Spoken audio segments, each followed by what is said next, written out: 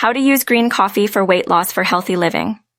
Millions strive for a healthier lifestyle, and incorporating green coffee beans into your routine could be the game changer. These unroasted beans retain antioxidants and chlorogenic acid, promoting weight loss by preventing glucose accumulation in the small intestine, forcing the body to tap into fat cells for energy.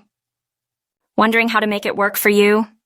Grind organic green coffee beans, brew without added sugars, and consider enhancing with metabolism-boosting ingredients like mint, turmeric, ginger, or cinnamon.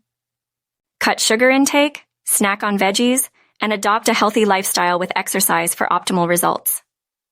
Green coffee boosts metabolism, curbs hunger, burns fat, detoxifies, and lowers sugar absorption.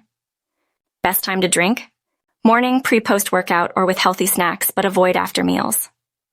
Remember, moderation is key. Up to 3 cups a day suffice. Explore green coffee in powder, sachet, or beans, and pair it with a balanced diet for successful weight loss. Subscribe for more wellness insights.